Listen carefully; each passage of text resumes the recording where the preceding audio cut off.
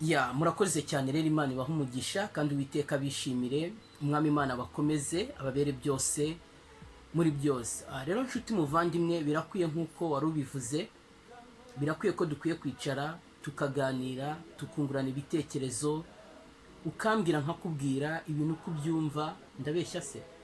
Kuko nicyo kintu cya mbere buriya kibasha gutuma umuntu yaguka mu mitekerereze.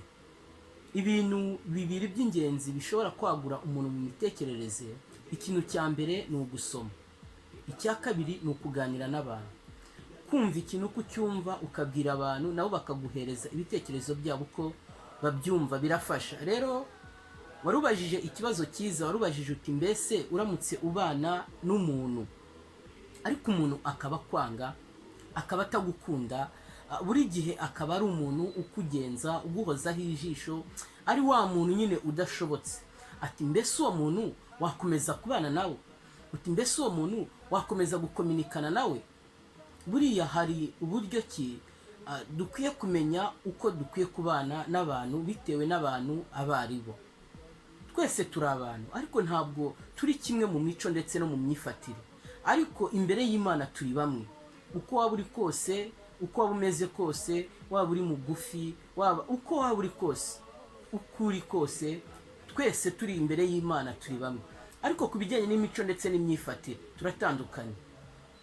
Hari igihe ujya mu itsinda ry'abantu runaka, reka nkubwize ukuri, ukabura, ukazima, bakagaragara ariko wowe ukabura, imico yabo ikaboneka ariko wowe iyawe ikabura, kubera yuko wisanishije n'abanyamico wowe utagenje gute, udafite, wagiye mu itsinda utarukwiye kugenza gute, kubamo. Rero uramutse uri kumwe n'umuntu nk'uwo ukwanga, ndagira nkubwize ukuri ko mu Baroma niho bavuga yuko ngo tuzabana n'abanzi bacu, ngo kandi tuzabana nabo, ngo kubera yuko ntabwo tuzigera dutura ku mudugudu wacu twenyine. Ndagira ngo untege amatwi wumve, ntabwo ndi kukubwira ibi kugira ngo ngukomveke cyangwa se kugira ngo nkwemeze cyangwa se kugira ngo wumve ibintu kimwe nanjye. Ikibazo warubajije ni cyiza cyane, none se reka nkwibarize nanjye ikibazo kugira ngo ngusubize cyangwa se kugira ngo dukomeze. Mu gihe umaze ku isi, wigeze wumva hari igihugu kidapfusha? Ko wumva hari ibihugu bikungahaye, bifite ubutunzi, abaturage babyo babayeho neza, wigeze wumva hari igihugu n'iki na kimwe kitagira abantu bapfa?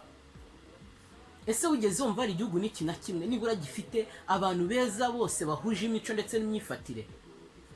Iyo dusomye muri Matayo igice cyaho cya 5 ku murongo waho wa mbere ukagenda ukageza ku murongo waho wa 11, hari amagambo Yesu Kristo yabwiye abari bateraniye aho muri rusange, ni ikibwiriza cyo ku musozi. Arababwira ati murahirwa mwebwe ubwo ibintu bizaba bimeze uku nguku, muzaba mumeze uku.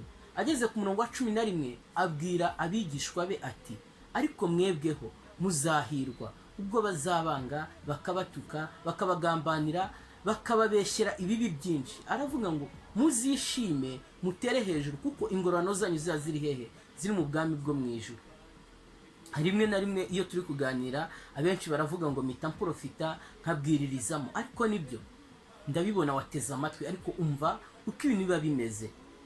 Ntabwo guturana n'umwanzi bivuze ngo nawe mwange, ntabwo guturana n'abatagukunda n'abakugambanira bivuze ngo nawe bagambanire. No, Yesu Kristo yaravuze ngo mbese nugirira neza umuntu kuko uzi ko nawe azakugirira neza, ukaguriza umuntu kuko uzi ko nawe azakuguriza, ese uzaba utandukaniye he n'abapagani ko nabo ariko babigira hagati yabo muri bo?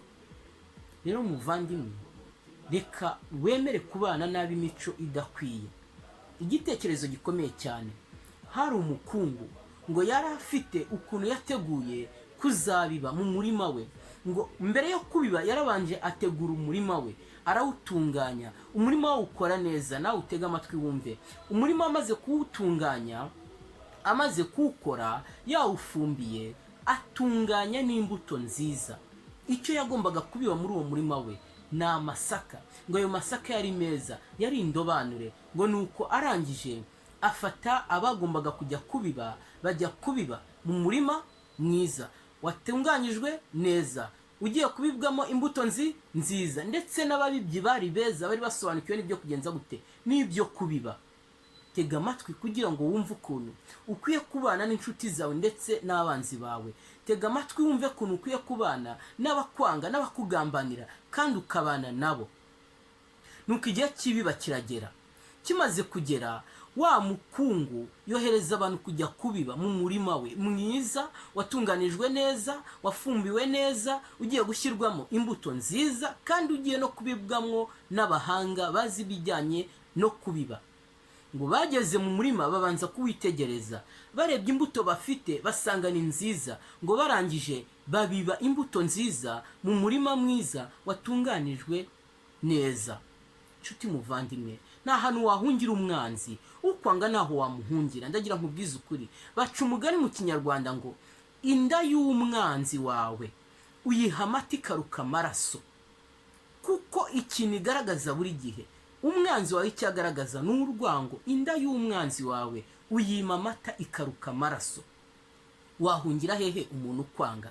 Nta hantu na hamwe wamuhungira, kuko abanzi bari henshi. Ngo wangira agasozi ubusa bugacya gatuma ku kandi ngo urankorere. Ntaho wahungira umurozi, ntaho wahungira umuntu ushaka kukwica, uretse muri Yesu Kristo honyine. Niho hari ubuhungiro, niho hari ubwihisho, niho hari ubwugamo. Ahandi hose ni ubusa.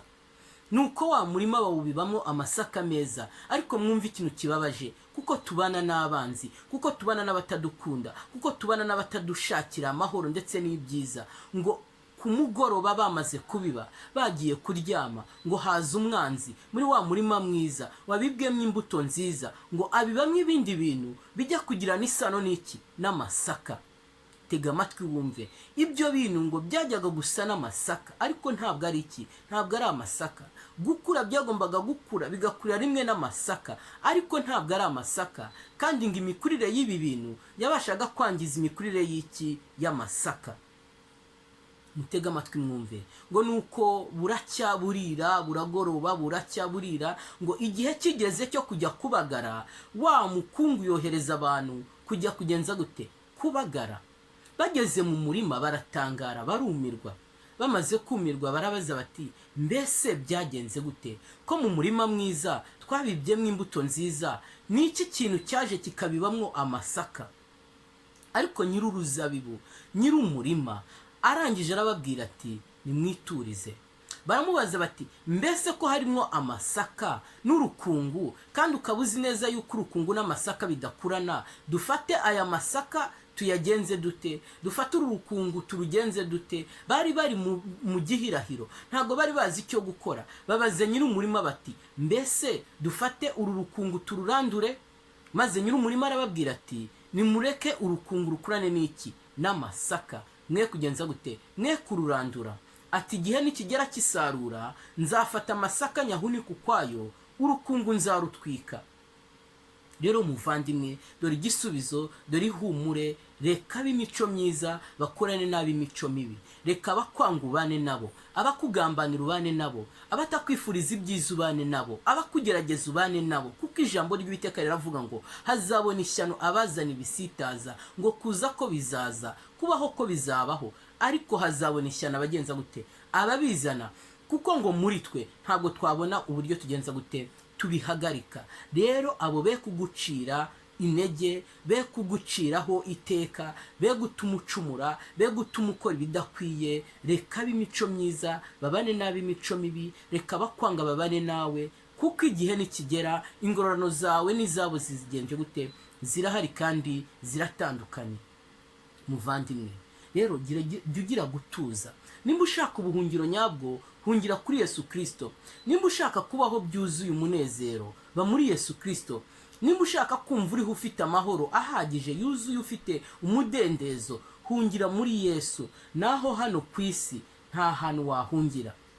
Reka nkubwize ukuri, buriya umuntu mubi ni nk'igiti giteye ku mugezi. Igiti giteye ku mugezi ni kibi, ndagira ngo mbigusobanurire wongere ucyumve. Kimeze nk'umuntu mubi, ngo umutindi umuvura ijisho bwacya akari gukanurira. Tega amatwi wumve, ubuzima bw'abisi bwuzuye ibintu bibi. Yesu Kristo yaravuze ngo ngo nimukonje ndetse nimubize, ngo murakazuyazi. Turi hagati, tumeze nk'ururimi. Igiti gitewe ku mugezi, amababi yacyo ntabwo ajya yuma, haba muki ndetse no mu mvura. Ngo gihora gitoshye kimeze neza, ariko urebye ibintu giha umugezi ukigaburira ukivomera wakumirwa. Igiti giteye ku mugezi cyanduza umugezi ugihereza amazi, cyanduza umugezi ukigaburira. Ishami ryumye, imbuto yaboze, imbuto ijojoba, igiti giteye ku mugezi niyo gitamika, niyo kigaburira, niyo giha wa mugezi ukigirira neza. None se wavuga iki? Abanzi nuko bameze, abatagukunda nuko bameze. Niyo waba uri kubyinira mu mazi, umwanzi wawe akubwira kuri gutumura ivumbi, nese wakora iki muvandi? Emera ubane nabo, wemere utuze. Turi mu isi y'ibibazo, turi mu isi y'ibigeragezo, turi mu isi y'ingorane. Amahoro abonekera ahantu hamwe honyine, ni muri Yesu Kristo. Uwiteka akugirire neza, agukomeze, akubere byose muri byose. Nakwifuriza ishya n'ihirwe, amahoro, ubuzima, urukundo, kubaho uriho atari ukubaho gusa. Ubuntu n'amahoro by'umwami wacu Yesu Kristo bibane namwe none iteka ryose ku bwa Yesu. Amen.